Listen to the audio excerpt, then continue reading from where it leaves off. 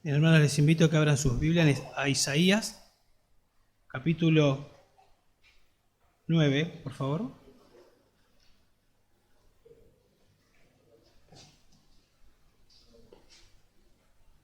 Isaías, capítulo 9. Vamos a leer del verso 1 hasta el verso 7.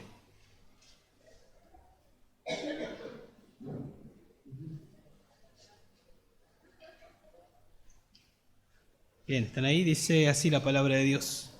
Isaías capítulo 9, verso 1 al 7.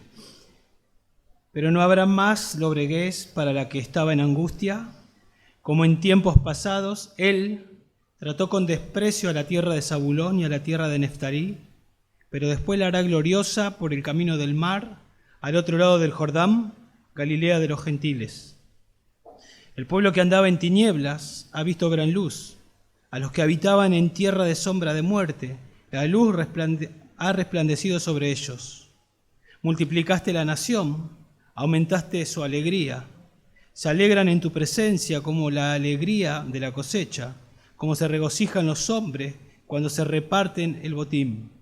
Porque tú quebrarás el yugo de su carga, el báculo de sus hombros y la vara de su opresor, como en la batalla de Madián. Porque toda bota que calza el guerrero en el fragor de la batalla y el manto revolcado en sangre serán para quemar, combustible para el fuego. Porque un niño nos ha nacido, un hijo nos ha sido dado, y la soberanía reposará sobre sus hombros. Y se llamará su nombre admirable, Consejero, Dios poderoso, Padre eterno, Príncipe de paz. El aumento de su soberanía y de la paz no tendrá fin sobre el trono de David y sobre su reino, para afianzarlo y sostenerlo con el derecho y la justicia desde entonces y para siempre. El celo del Señor de los ejércitos hará esto. Bueno, es un pasaje que nos habla de un reino, si prestaron atención, de un reino de verdadera paz, de verdadero gozo, que será el reino del Mesías, el reino de Cristo. Nosotros sabemos, lo que leemos las Escrituras, después de Génesis 3, no hay gobierno perfecto, no hay gobierno perfecto. Todos los gobiernos fallan, todos los gobiernos fracasan. Si vamos a la Biblia, aún el mismo pueblo de Dios, que Dios escogió, Dios formó un pueblo a través de Abraham, Israel, le dio su palabra, le dio reyes, y aún así fracasaron. Hubo reyes buenos, reyes malos, ningún reinado fue perfecto. Miramos hoy los gobiernos y todos los gobiernos fracasan. Así que no tiene sentido poner nuestra esperanza en un gobierno terrenal. Sí, la Biblia nos manda a orar por los que están en eminencia, para que podamos vivir quieta y reposadamente, para que podamos seguir reuniéndonos, para que podamos sacar provecho de la predicación y el avance del Evangelio, pero no nos llama a poner la esperanza en un gobierno así. Bueno, este es un pasaje que, como decía, habla del gobierno del Mesías, el gobierno de la tierra, pero también es un pasaje que, al igual que Isaías, capítulo 61, verso 1 y 2, ahí en Isaías capítulo 61, verso 1 al 3, habla de la primera venida y de la segunda venida de Cristo, todo así en esos tres pasajes. No sé si ustedes recordarán cuando Jesús, ahí en Lucas capítulo 4, verso 18, entra en la sinagoga y pasa a leer el rollo, lee Isaías capítulo 61, verso 1, y corta en el capítulo 2 a la mitad. Cuando uno va, lo que viene a continuación del capítulo 2 el Señor no lo dice, porque tiene que ver con la segunda venida. El Señor cortó ahí. Pero nosotros acá en Isaías lo tenemos completo, o sea, recorrido. Acá tenemos un pasaje también que vamos a ir explicando. Nos habla en esencia de la segunda venida de Cristo, pero también nos habla de la primera venida de Cristo, de la que en su momento ellos esperaban. Nosotros ahora miramos atrás, ya vino Cristo la primera vez y ahora nosotros estamos esperando la segunda venida de Cristo. ¿Sí? Arrebatamiento, segunda venida, eso es lo que creemos. Pero antes de meternos más en el contexto, solamente mencionar 4 pactos que hay en la Biblia que Dios hizo con Israel, como para tenerlos en mente, y así cuando vamos explicando hacemos mención y ya están acá mencionados. El pacto abrámico que Dios hace con Abraham, le promete bendecir a Abraham, hacer de Abraham una nación grande, que es la nación de Israel, ¿no? Y a través de esa nación, de la simiente de Abraham, va a venir un descendiente que va a bendecir a las naciones, ese es Cristo. El pacto mosaico, que es cuando Dios saca a Israel de Egipto, que ya eran unos 2 millones, Dios los saca de Egipto y los va a llevar a la tierra de Canaán. Dios le da el pacto mosaico, que básicamente es el pacto que tiene que ver con la ley de Moisés y lo que tenemos ahí, que ustedes ya conocen. Si ustedes obedecen, les va a ir bien, Dios va a bendecir. Si ustedes desobedecen, les va a ir mal, al punto de que no es que si desobedecen en un instante, sino que progresivamente, y ya llega a ser un patrón de vida, Dios los va a llevar, aún va a levantar a otra nación y los va a llevar en cautiverio. El pacto davídico, donde Dios promete, a ese pacto Dios lo hace con David, y Dios promete un trono eterno, un rey eterno que va a ser descendiente de David. Y el nuevo pacto, que Dios promete un nuevo corazón para que obedezcan, para que amen a Dios. Bueno, cuando se escribe este pasaje, cuando el contexto histórico, podemos decir, de este pasaje que vamos a explicar, tenemos que entender que el pacto mosaico ya estaba vigente, ¿sí? Para ubicarnos en el tiempo, ya estaba vigente, unos 700 años tal vez, ya lo tenían, y el contexto es justamente de desobediencia, no estaban obedeciendo. No estaban obedeciendo, en el capítulo 8 habla de eso, no estaban obedeciendo.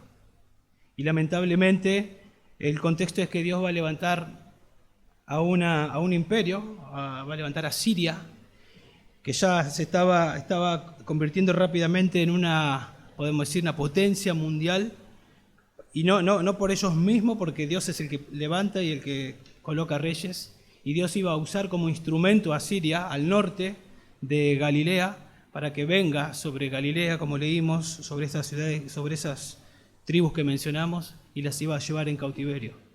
No iba a ser casualidad, Dios lo iba a hacer cumpliendo el pacto mosaico, siendo fiel. Estaban siendo desobedientes y Dios iba a hacer lo que Él prometió que iba a hacer cuando ellos desobedecieran su palabra. Dios previamente, obviamente, a esto, a levantar a Siria, Dios mandó profetas, de hecho acá está el profeta Isaías, entre otros, a predicar y a predicar y a predicar para que se arrepientan, para que se vuelvan al Señor. Pero bueno, lamentablemente no fue así, y no mucho tiempo más tarde, después de esto, Asiria viene y lleva en cautiverio al reino del norte. ¿Sí? Ustedes saben que hay 12 tribus. Esas 12 tribus, después de la muerte de Salomón, se dividieron en 10 tribus al norte, 2 tribus al sur. Y cuando ustedes leen el Antiguo Testamento, por ahí se habla del reino del norte, o Israel, y del reino del sur, o Judá. Bueno, y lo que nosotros vamos a leer, también tenemos que pensar que todo esto estaba listo desde antes de la fundación del mundo. ¿Sí?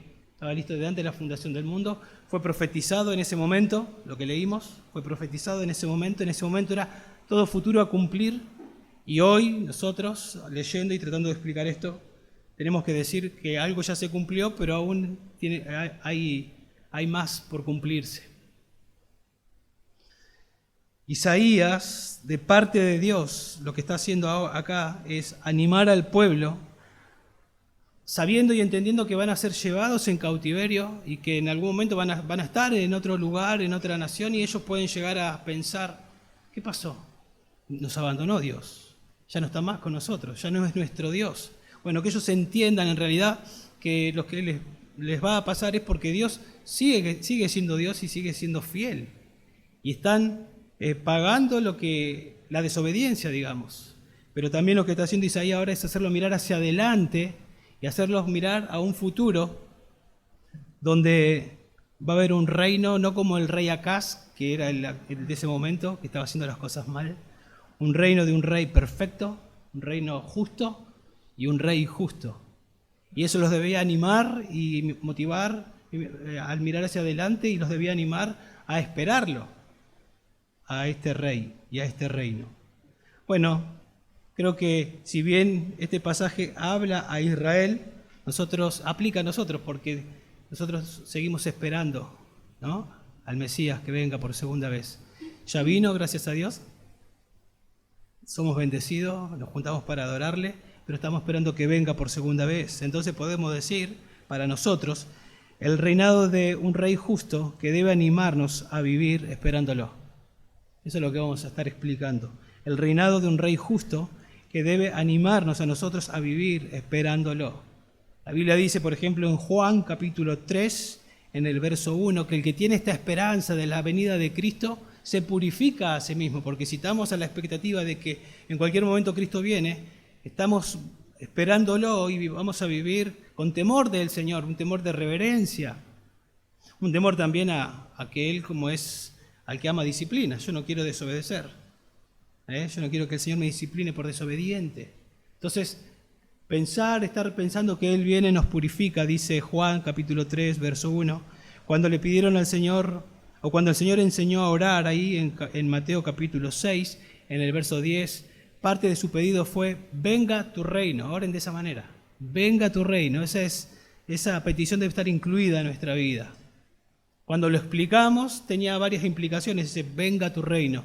Que el reinado de Cristo venga a mi vida, que ya soy un creyente, ya está Él, pero que ese reinado se intensifique, que señoree más en mi vida, que se vea más de Él y menos de mí, podría ser. Pero a su vez hay gente alrededor y tal vez entre nosotros donde todavía Cristo no está reinando, en el sentido de que no se han arrepentido y creído en Cristo para salvación. Entonces oramos, venga tu reino, que sean salvos.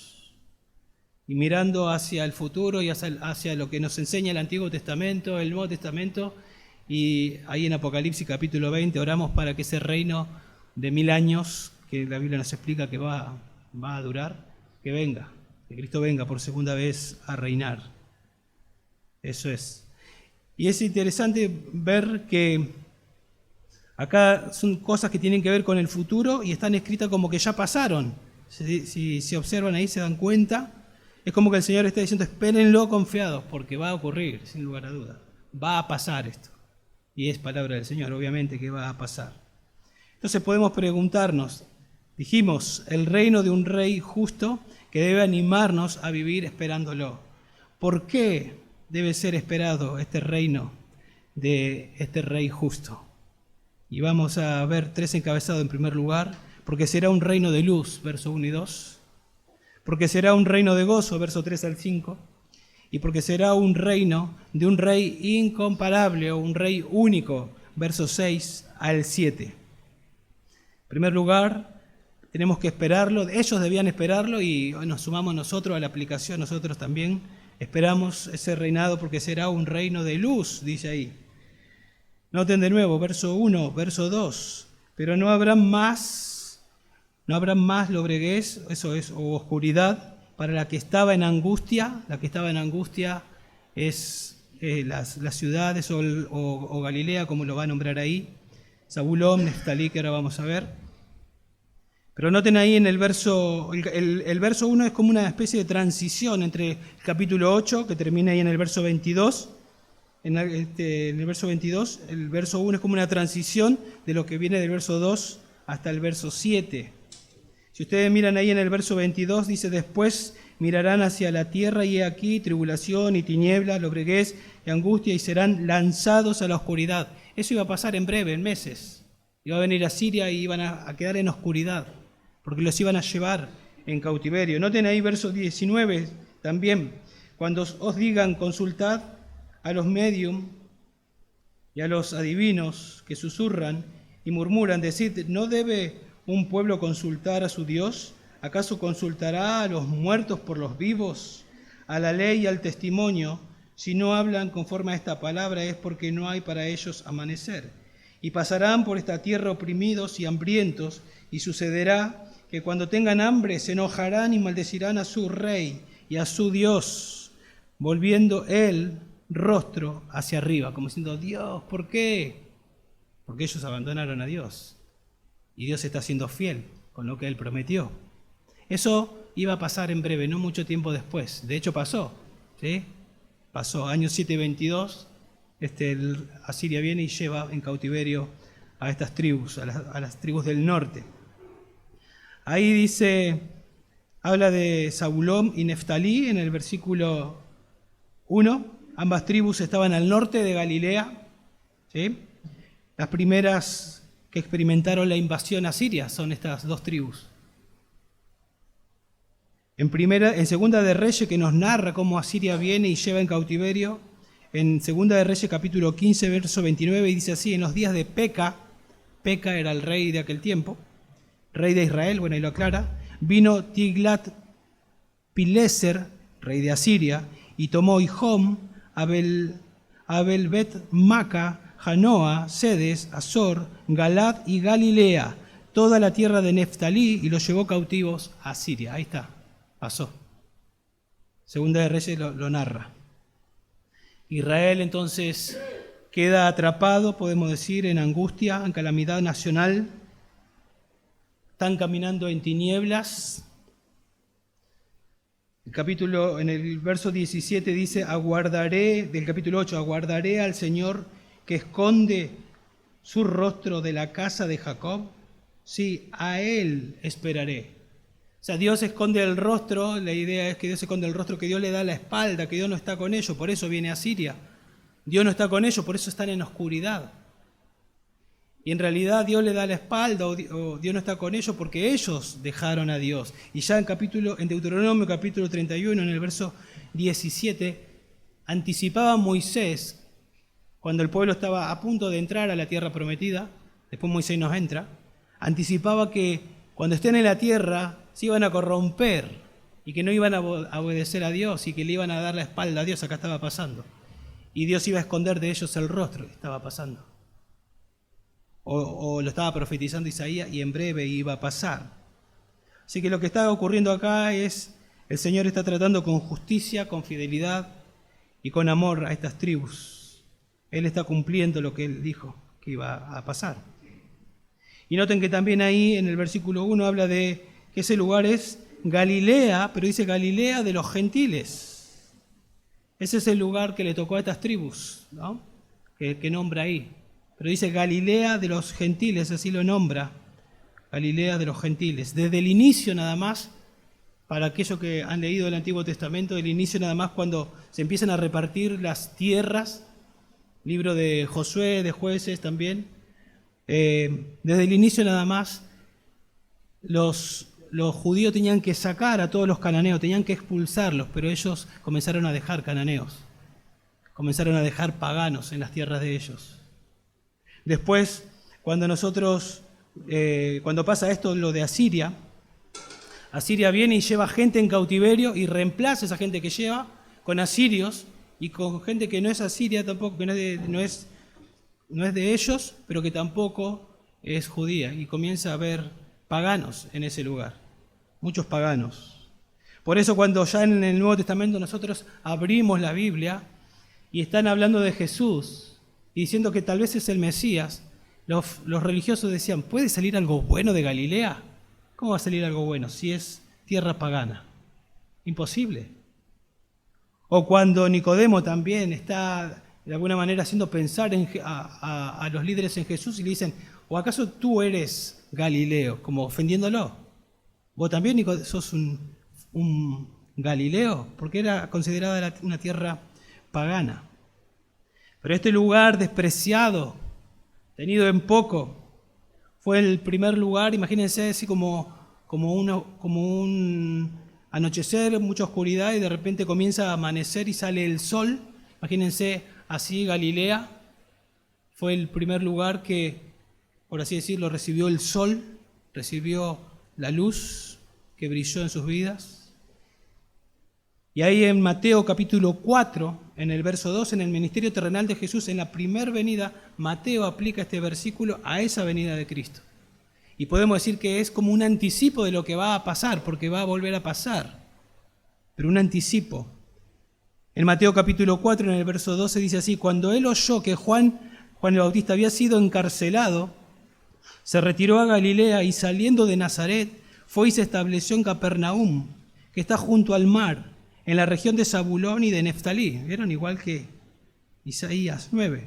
Para que se cumpliera lo dicho por medio del profeta Isaías cuando dijo, tierra de Zabulón y tierra de Neftalí, camino del mar al otro lado del Jordán, Galilea de los gentiles. El pueblo asentado en tinieblas vio una gran luz, y a los que vivían en región y sombra de muerte, una luz le resplandeció. Ahí apareció Jesús. Vieron a Dios hombre hablando su palabra, pudieron ver a Dios hombre haciendo sus obras.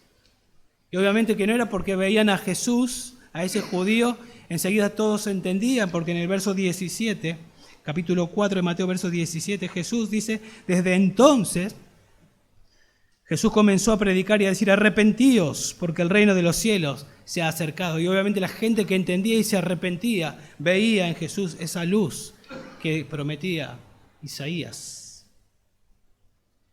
En Juan capítulo 1, ustedes se acordarán, Juan capítulo 1, en el verso 9, dice, la luz existía, como que es continua, es eterna, la luz existía, y aquella luz vino a los hombres y habitó entre nosotros. Vimos su gloria, también dice, pero termina diciendo más a todos los que le recibieron, a los que creen en su nombre, les dio el derecho de ser hijos de Dios. Y cuando nosotros seguimos leyendo en Juan capítulo 3, en el verso 19 y 20, dice que la luz vino al mundo, pero los hombres amaron más las tinieblas, porque sus obras eran malas. No quisieron, rechazaron a la luz. En Juan capítulo 8, verso 12 dice que Jesús es la luz y el que anda en luz, el que le sigue andará en luz, porque Jesús mismo es luz. Y cuando alguien es salvo, tiene la vida, tiene a Jesús, y la evidencia es que anda en luz porque tiene la luz. Vosotros ya no estáis en tinieblas, sino en luz. Andad como hijos de luz, dice Efesios 5:8. Bueno, podemos decir que lo que pasó ahí en el ministerio terrenal de Jesús fue un anticipo de lo que dice Isaías 9 que va a ocurrir, pero ya vino, ¿no? Ya vino, y de hecho nosotros nos beneficiamos de esa primera venida y disfrutamos y hemos recibido esa luz por fe. No lo hemos visto en persona, nos han explicado desde la Biblia y hemos recibido la luz, hemos recibido al Señor, como nuestro Salvador. Pero quiero preguntar, ¿usted recibió la luz? Y tal vez una pregunta más, que puede corroborar la primera. ¿Usted anda en luz? Porque si usted recibió la luz, usted debe andar en luz, por lo que la Biblia dice. Y una más, ¿usted anuncia esa luz? ¿Usted anuncia esa luz que va a venir? ¿O que vino? ¿No? Porque miramos para atrás, ya vino, como lo está haciendo acá fielmente Isaías. Ellos experimentaron, como decía, un anticipo de lo que va a ser la segunda venida. Permítanme leerles lo que dice Romanos capítulo 11 para que ustedes entiendan. ¿Cuándo pasará esto? ¿Cuándo se completará o pasará de manera completa lo que está diciendo Isaías capítulo 9? En Romanos capítulo 11, verso 25 dice así Pablo, el apóstol Pablo ya en el Nuevo Testamento. Porque no quiero, hermanos, que ignoréis este misterio, para que no seáis sabios en vuestra propia opinión, que a Israel le ha acontecido un endurecimiento parcial hasta que haya entrado la plenitud de los gentiles, hasta que el último gentil sea salvo. Endurecimiento parcial. Y así todo Israel será salvo, tal como está escrito. El libertador vendrá de Sión, apartará la impiedad de Jacob, y este es mi pacto con ellos, cuando yo quite sus pecados. Hoy Israel está endurecido.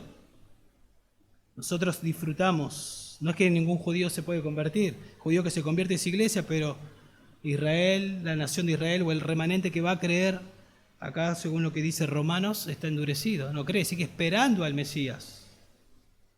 ¿Y cuándo va a pasar eso? Bueno, les leo otro pasaje en Zacarías capítulo 12, en el verso 10 dice, y derramaré sobre la casa de David. ¿Sí? Después, esto para ubicarlo, después de los 7 años de tribulación, cuando el Señor venga, derramaré sobre la casa de David y sobre los habitantes de Jerusalén el espíritu de gracia y de súplica, y me mirarán a mí, a Jesús. ¿A quién han traspasado? ¿Cómo sabemos que a Jesús? Porque a Él traspasaron.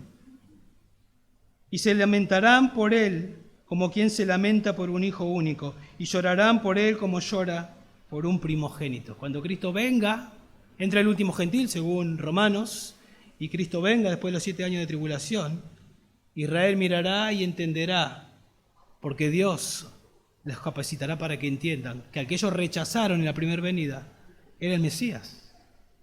Era el Mesías. Y se cumplirá lo que estamos explicando ahora acá en el capítulo 9. Entonces, ¿por qué debemos esperar ese reino? Dijimos porque será un reino de luz, y esa luz sabemos quién es. Nos anticipamos a decir quién es esa luz. Después nos va a decir capítulos 6 y 7, pero ya sabemos. ¿Por qué esperamos ese reino? Versículo 13 al 5, porque será un reino de gozo también. Noten, dice, multiplicaste la nación, aumentaste su alegría.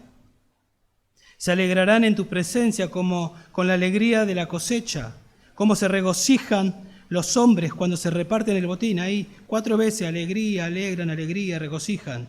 Y luego 2 razones, o si sumamos la del versículo 6, 3 razones. Porque tú quebrarás el yugo de su carga, el báculo de sus hombros y la vara de su opresor, como en la batalla de Madián. Porque toda bota que calza el guerrero en el fragor de la batalla y el manto revolcado en sangre serán para quemar combustible para el fuego. Si observamos ahí en el verso 3, hay como 2 aumentos. Aumentará o se multiplicará la nación, dice, y se aumentará la alegría, también dice acá. Luego da 2 ejemplos de ese gozo, de esa alegría, 2 ejemplos, como cuando hay buena cosecha, como cuando hay un botín que reparten los hombres. Y luego da 3 razones, versículo 4, versículo 5 y versículo 6, 3 razones por las cuales va a haber gozo. Noten que dice ahí, multiplicaste la nación, creo que dice multiplicaste la gente, Reina Valera. Eso apunta al pacto abrámico, por eso repasamos al inicio. Allá en Génesis 22, 17, Dios prometía que iba a multiplicar o hacer de él una nación o una descendencia a través de un solo hombre, Abraham, físicamente, ¿sí? Y por lo que nos dice también Gálatas, podemos decir, tal vez está implícito acá, sin dudas una nación física, pero también puede ser que esté implícito a nivel espiritual, porque Pablo nos dice en Gálatas 3 que los que creen son descendientes de Abraham, los que creen en Cristo, esos son descendientes de Abraham, descendientes espirituales. Y se iba a multiplicar. Pero está hablando a la nación de Israel, a donde el Señor va a venir, ¿sí? Para ellos y obviamente para el mundo que se beneficia. No porque ellos son especiales, ¿sí? Sino porque Dios los eligió, porque Dios así hace, Dios escoge, no porque tenga algo especial la gente, en este caso la nación de Israel, sino porque Dios desarrolla su plan y ha escogido a Israel de esa manera. Y va a volver para reinar desde Jerusalén. Remanente de Israel va a creer, como dijimos, pero también las naciones, muchas naciones. Ahora, la alegría de la que habla ahí en el verso 3 resulta de la luz, o sea, la luz que vimos recién en el primer punto, verso 1 y verso 2, esa luz trae gozo. Porque esa luz viene, porque el reino trae luz, esa luz trae gozo. La Biblia nos dice, por ejemplo, en Salmo 16, 11, en tu presencia, ¿qué? Hay plenitud de gozo. En Lucas 2:10, hablando del nacimiento de Jesús, dice, mas el ángel le dijo a los pastores, no temáis, porque aquí os traigo buenas nuevas, buenas noticias, de gran gozo. ¿Y a qué se debe ese gran gozo? Que serán para todo el pueblo, van a ser Jesús, el niño que se está prometiendo acá. Entonces está relacionado el gozo con la persona del Señor. En Mateo 2:10, cuando vieron la estrella, ¿sí? Los magos, ¿se acuerdan? Se regocijaron sobremanera con alegría porque la estrella los guió a donde estaba el niño. Entonces el gozo y la alegría se relaciona con la segunda persona de la Trinidad. Pablo mismo dice en el Nuevo Testamento, regocijaos, pero dice ¿dónde? En el Señor. Nos podemos regocijar en el Señor. Eso dice Filipenses 4:4. En Gálatas 5:22 dice que el fruto del Espíritu, que el Espíritu tiene el ministerio de reproducir mediante la palabra de Dios, iluminándonos y haciéndonos entender la palabra de Dios y aplicándola, reproducir, podemos, por así decirlo, la vida y el carácter de Cristo. Y dice que el fruto del Espíritu es amor, gozo, porque Cristo en sí, la Trinidad, el Dios Trino, es gozo, y cuando tenemos relación con Dios, participamos de ese gozo. En 1 de Pedro 1.8 dice, a quien sin haberle visto, hablando de Jesús, le amáis, y a quien ahora no veis, pero creéis en Él y os regocijáis grandemente con gozo inefable y lleno de gloria. Un gozo inexplicable, está diciendo. Un gozo inexplicable, un gozo que no se puede explicar en medio de persecución. O sea, la luz se incrementaría la alegría, dice ahí, y luego dice, como la que se experimenta en tiempo de cosecha o cuando se gana una batalla y se reparte el botín. Pone esos dos ejemplos. Y nosotros por ahí no pensamos mucho en el tema de la cosecha porque no vivimos en zonas donde se cosecha. Pero imagínense lo que dependen de la cosecha, pero más aún, la cosecha en el contexto de Israel tenía que ver, si había cosecha, tenía que ver no solo con que se gozaban porque tenían cosecha, sino porque eso también de alguna manera estaba diciendo que Dios estaba con ellos, porque cuando no había cosecha era parte del juicio de Dios. Entonces, el gozo no solo por la cosecha, sino saber que están bien con Dios. Y cuando se reparte un botín y no se pierde a manos del enemigo, es porque Dios, nuestro guerrero, nuestro capitán, está con nosotros, por eso vencimos. Entonces, el gozo es, ahí están los ejemplos, pero es porque la presencia de Dios está con ellos. Así será, cuando Cristo venga, así se experimentará. En el verso 4 comienza a darnos razones, como recién decíamos. Verso 4, la primera razón es porque este gozo será porque va a haber libertad, porque va a traer libertad este reino. Va a haber gozo porque también este reino traerá paz. Piensen en Israel, ¿Tiene paz Israel ahora? Siempre están ahí en la expectativa, ¿no? De que cualquier bomba caiga en ellos.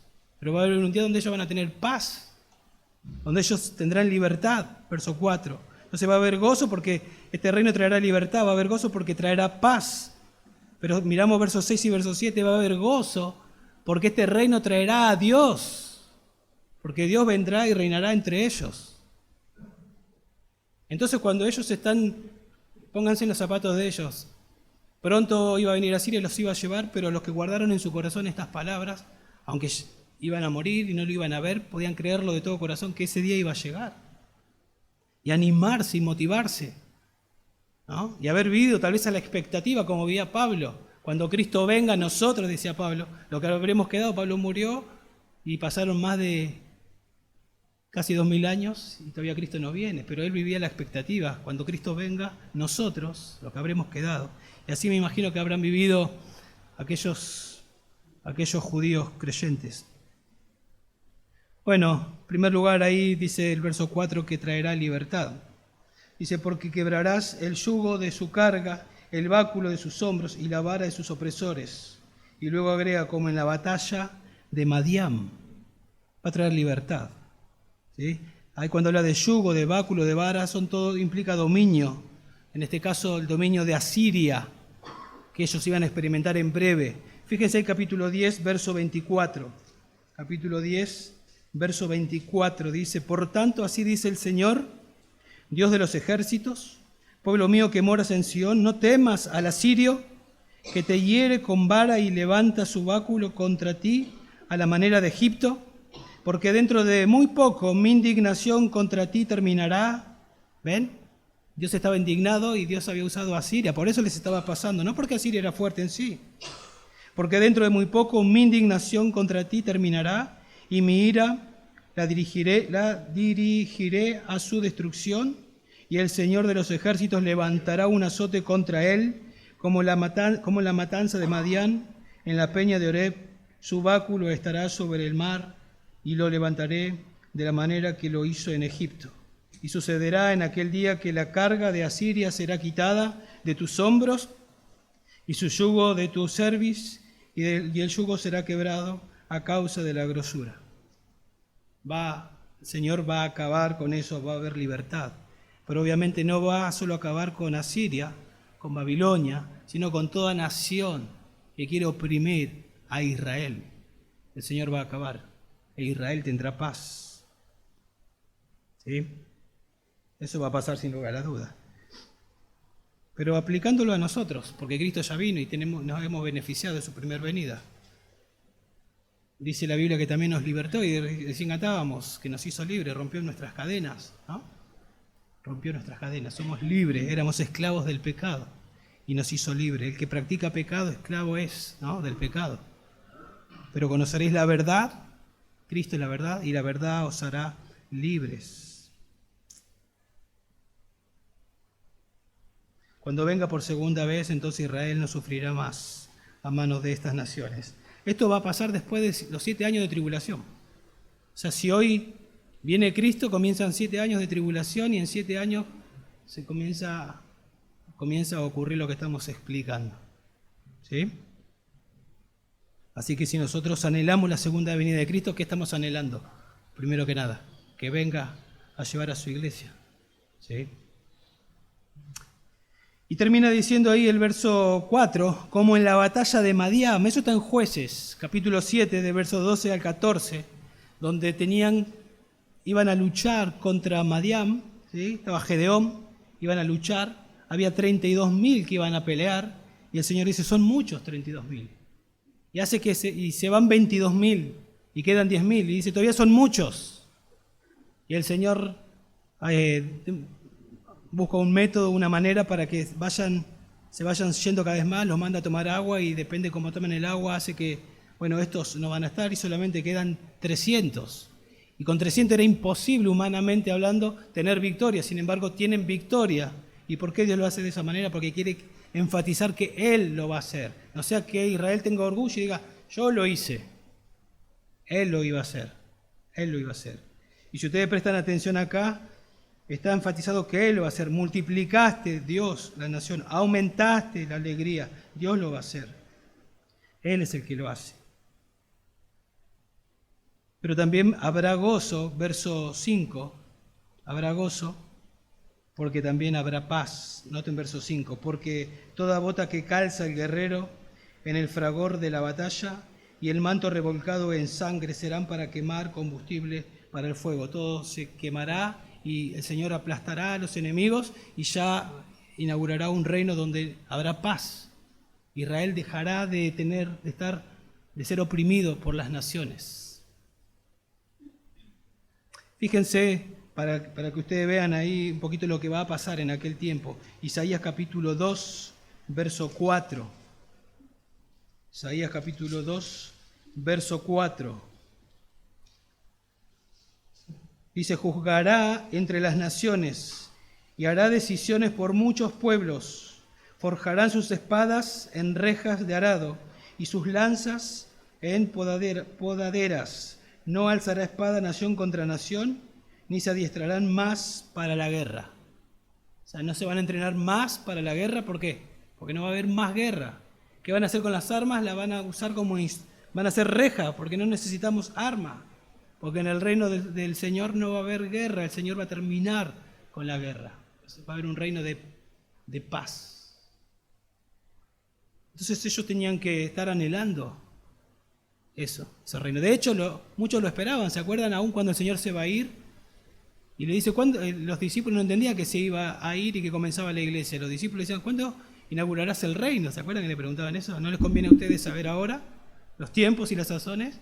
Pero recibiréis poder cuando venga el Espíritu Santo y me seréis testigos y comienza la iglesia. Ellos les costó entender eso.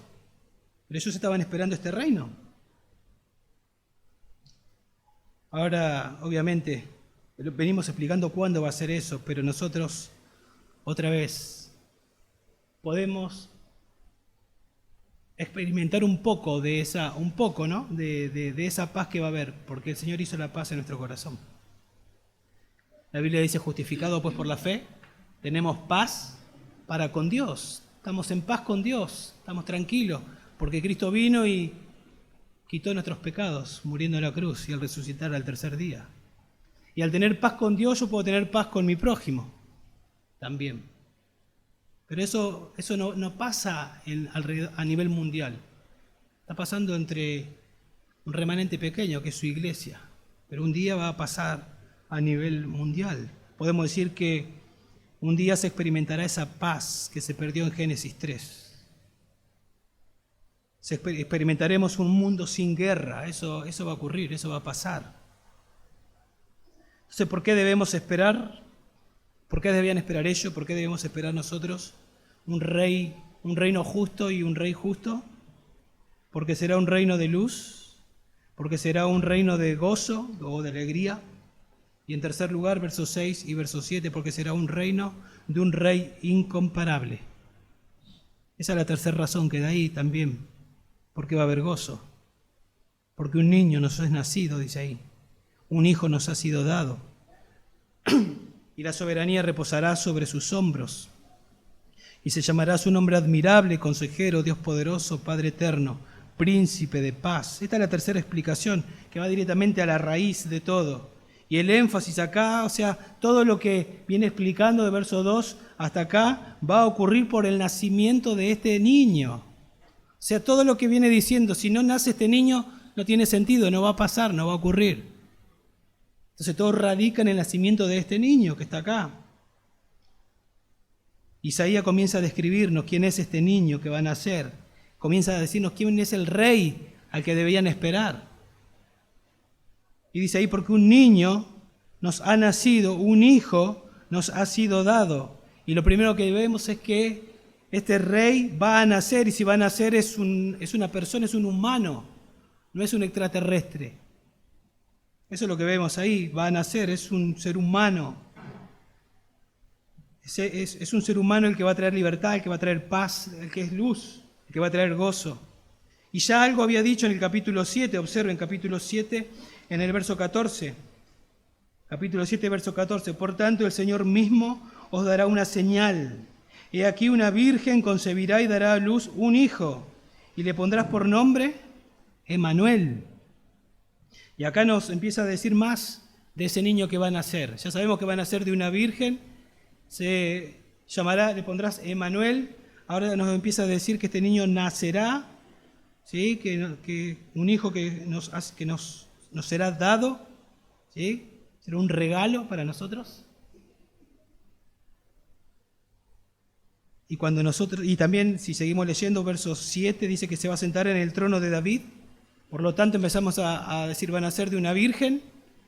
Si es virgen, ¿cómo va a nacer? Va a nacer de manera sobrenatural, ¿no? Tiene que nacer de manera sobrenatural. Emmanuel, que cuando vamos al Nuevo Testamento, se nos dice lo que significa Dios con nosotros. Pero no hace falta después ir al Nuevo Testamento, porque después acá, con los nombres que viene, ya nos damos cuenta que ese niño que va a nacer es Dios. Y después tenemos más revelación en el Nuevo Testamento, cuando nos dice Emmanuel, que significa Dios con nosotros. Y dice, nos ha nacido, hijo nos es dado. Lo están leyendo los judíos y están diciendo, ¿para mí? ¿Para mí lo va a hacer? ¿Para mí que yo le he dado la espalda, que fui rebelde? De hecho, nos estamos yendo en cautiverio por nuestra rebeldía. ¿Para mí me lo va a dar? ¿Se dan cuenta? Parecido a nosotros, ¿no? Porque también nos beneficiamos de ese niño que fue dado. Y hoy disfrutamos de la salvación y podemos decir, ¿pero para mí lo dio? ¿Yo lo merecía? No lo merecía. No lo merecía. Y como dije, al seguir leyendo nos damos cuenta que es Jesús quien, siendo rico, dice 2 Corintios 8:9, siendo rico, se hizo pobre para que con su pobreza nosotros seamos enriquecidos. O sea, el rico se hizo pobre, vino a este mundo, para que nosotros con su pobreza seamos enriquecidos por las bendiciones que nos da en la salvación. Pero noten también que no solamente nos dice ahí que va a ser un niño, que obviamente va a crecer, que va a ser un ser humano, sino también dice la soberanía reposará sobre sus hombros. Ahí ya nos empieza a decir que va a reinar, que va a nacer para reinar. Y ahí la frase que ayer citamos en el grupo que tenemos, muchos bebés se han convertido en rey, pero solo un rey se ha convertido en bebé. Porque después nos dice quién es este bebé. A continuación nos dice quién es. Es el rey del universo, que se hace un bebito para reinar. Y cuando dice la soberanía reposará sobre sus hombros, soberanía habla de dominio, de autoridad suprema que tiene un rey, que tiene un gobernante.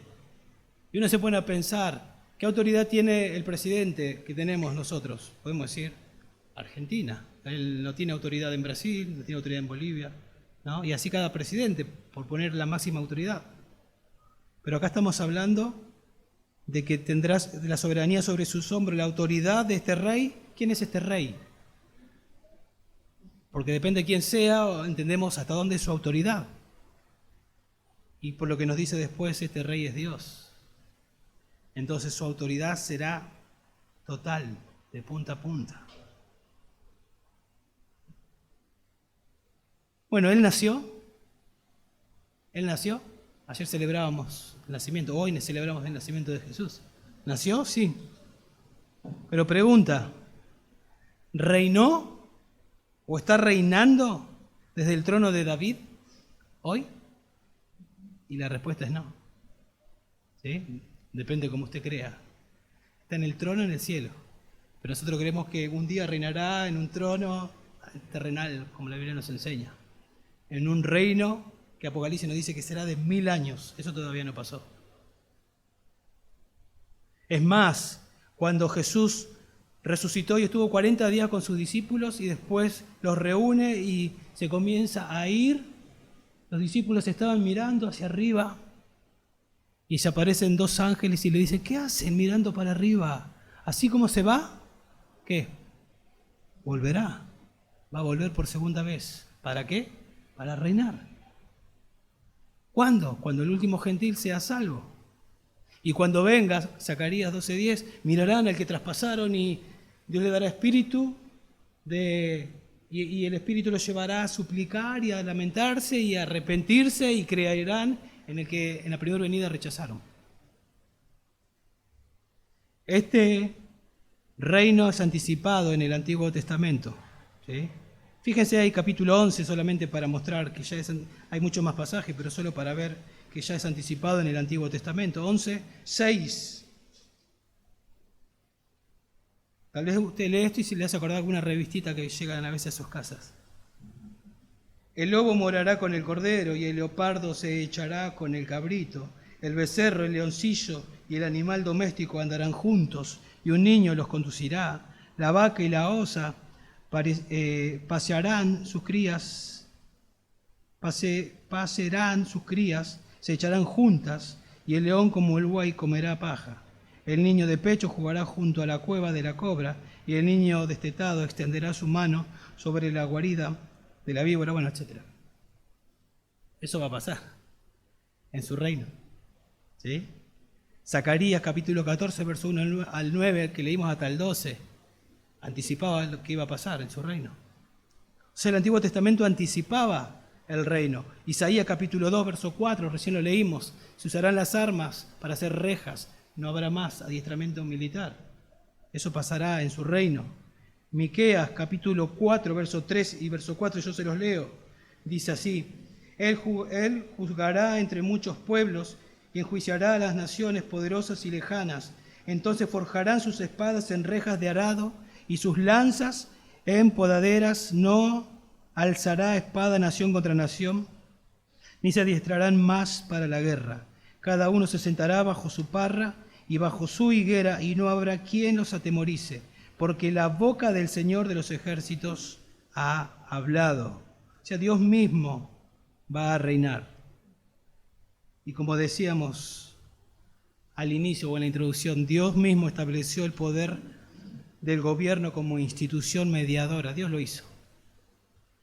Pero en un mundo caído, los gobiernos humanos son corruptos y no hay gobierno que sea perfecto.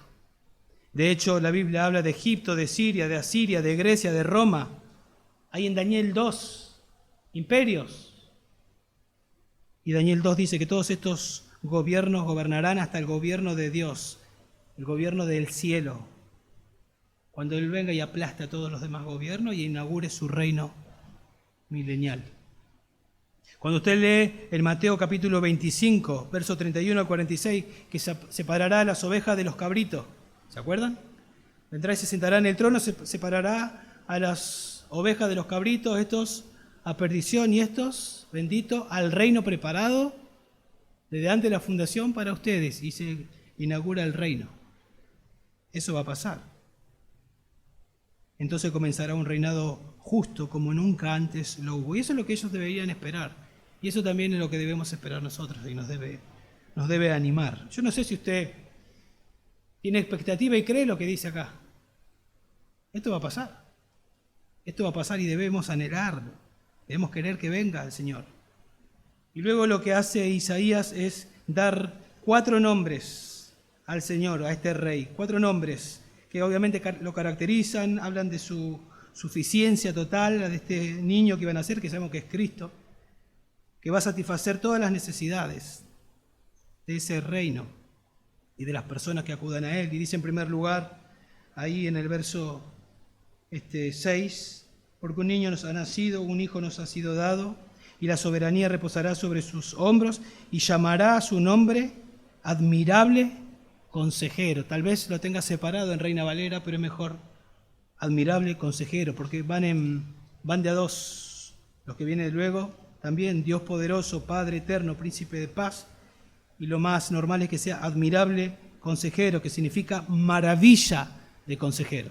Eso significa maravilla de consejero. ¿Y por qué maravilla de consejero? Porque es el mismo Dios reinando, o sea, su sabiduría será perfecta, profunda, y Él reinará. No va a haber ni un granito de arena de posibilidad de equivocación o de que tome una mala decisión.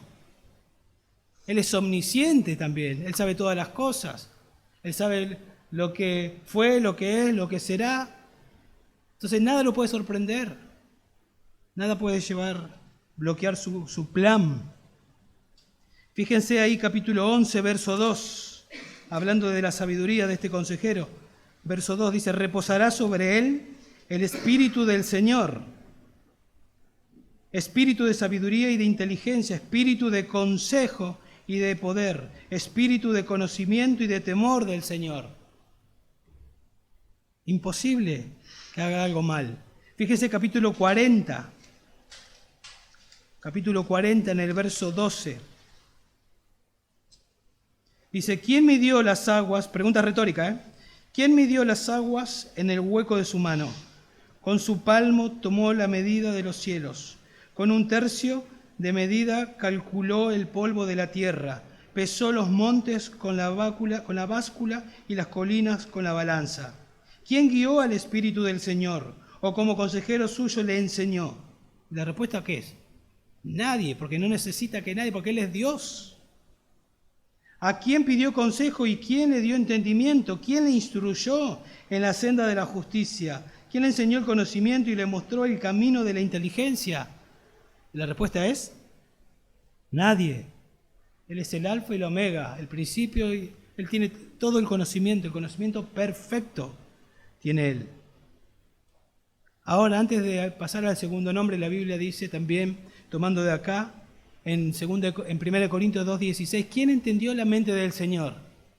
Y la respuesta es nadie. Pero después dice, hablando de los creyentes, Pablo, nosotros tenemos la mente de Cristo. ¿Qué significa eso? Que tenemos la capacidad de pensar como Cristo. Que tenemos un libro donde podemos ir a buscar sabiduría perfecta para nuestra vida. De hecho, dice en 1 Corintios 1:30 que Él nos hizo justicia, nos hizo sabiduría en Él. En un sentido posicionalmente tenemos o podemos adquirir de su sabiduría porque estamos en Él. En Colosenses 2:3 dice que en Él están escondidos todos los tesoros de la sabiduría. En 2 Timoteo 3:15, 16 dice que hacemos bien en prestar atención porque nos puede hacer sabio para la salvación este libro. Dice que toda la Escritura es inspirada por Dios y es útil, ¿no? Es útil para qué? Enseñar, redarguir, corregir e instruir en justicia. O sea, admirable consejero, consejero de maravilla. Si bien lo vamos a disfrutar, lo podemos comenzar a disfrutar hoy nosotros, yendo a las Escrituras, día tras día, y adquirir para nosotros consejos maravillosos en su palabra. ¿Y quién es este consejero maravilloso? Y ahí dice, Dios poderoso. O sea, el niño que nació es Dios, el Salvador. O sea, Dios se hizo niño sin dejar de ser Dios. Siempre fue Dios, pero ese Dios en un momento se hizo un bebé. ¿Sí? Fue el medio por el cual Él se encarnó. Y ya en el vientre de María era Dios bebé, Dios niño, Dios hombre. El Dios poderoso, el Dios que Génesis nos dice que habló y creó, llegó a estar en el vientre de María. Pero y después cuando decimos, ¿para qué eso? Para salvarnos a nosotros. Porque si va a venir por segunda vez, tiene como fundamento la primera venida. Porque no puede venir y reinar y dar salvación sin antes haber pasado por la cruz. ¿Se dan cuenta? Lewis dijo, el Hijo de Dios se hizo hombre para que los hombres puedan ser hijos de Dios. Antes de encarnarse, Él era Dios. Después de encarnarse, Él llegó a ser Dios hombre. Cuando fue a la cruz, Dios hombre. Cuando fue sepultado, Dios hombre. Cuando resucitó, Dios hombre. Cuando ascendió, Dios hombre. ¿Quién va a regresar? Dios hombre. Va a vivir por la eternidad. ¿Y a quién esperamos? A Dios hombre, que venga a reinar desde el trono de David. Y después dice Padre eterno también. Padre eterno. No significa esto rápidamente que Jesús es el Padre. No piensen eso. Hay una herejía ya de años que se llama modalismo, que creen en que Dios es uno y Dios es uno, pero la herejía está en que creen que Dios es uno y que a veces actúa como el Padre, a veces como el Hijo y a veces como el Espíritu Santo. Lo que la Biblia enseña es que Dios es uno, pero en tres personas. Dios el Padre, Dios el Hijo, Dios el Espíritu Santo. Acá estamos hablando de la segunda persona de la Trinidad, del Hijo, pero se dice Padre eterno.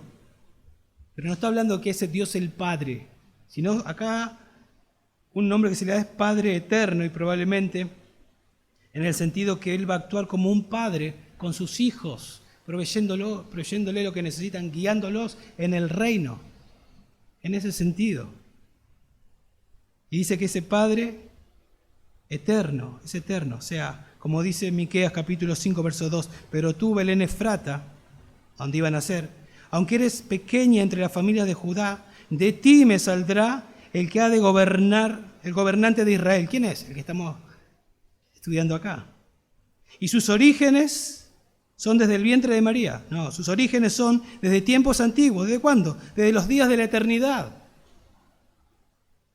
La segunda persona de la Trinidad viene a vivir al vientre de María y nace. Y después dice príncipe de paz, porque obviamente traerá paz, perfecta paz. Este príncipe de paz hizo posible la paz de Dios con el hombre, del hombre con Dios al morir en la cruz. ¿Sí? Y nosotros nos gozamos de esa paz y disfrutamos de esa paz como de esa libertad, pero esperamos un reino donde habrá paz, paz mundial. Previo a eso, en la tribulación habrá una paz falsa que promocionará el anticristo. Pero la verdadera paz es cuando Cristo viene a reinar. Y mirando ahí en el verso 7, hablamos de un reino que es interminable, indestructible, podemos decir, y eterno. El aumento de su soberanía y de la paz acabará a breve. ¿Dice así? No tendrá fin, es decir, va a ser eterno.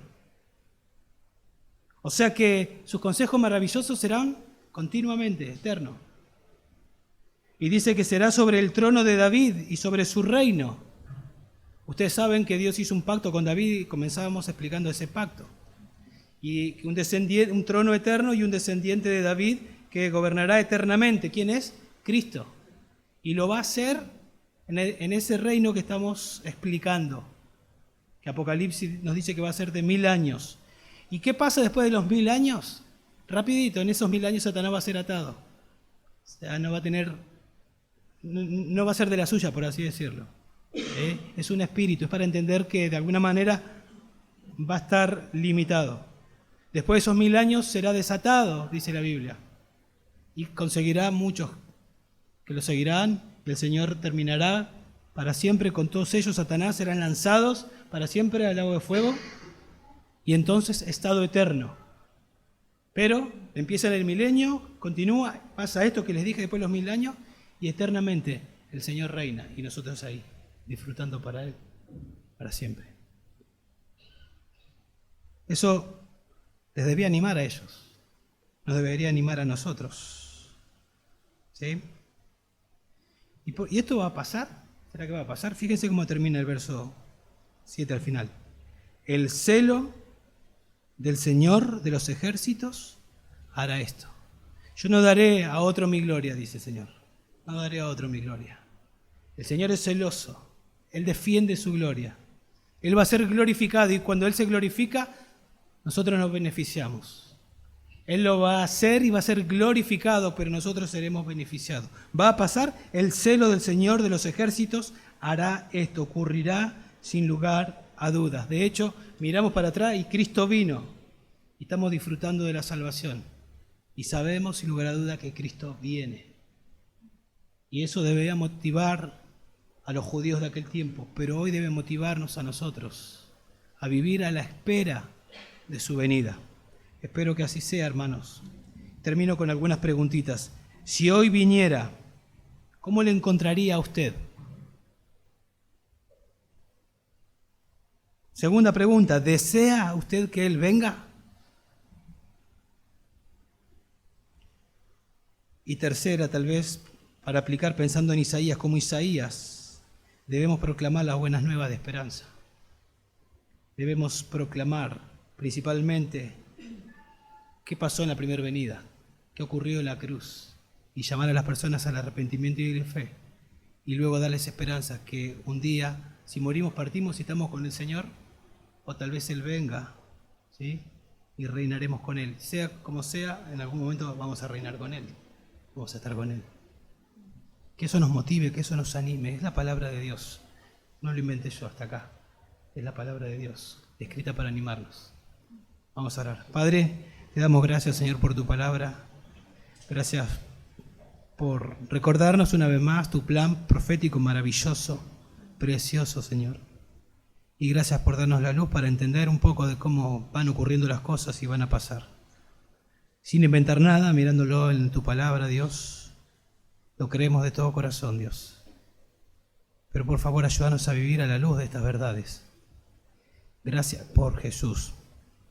Gracias porque lo enviaste, porque nació, porque Él quiso venir, porque se hizo un niño, porque nació con el propósito de ir a la cruz para traernos salvación.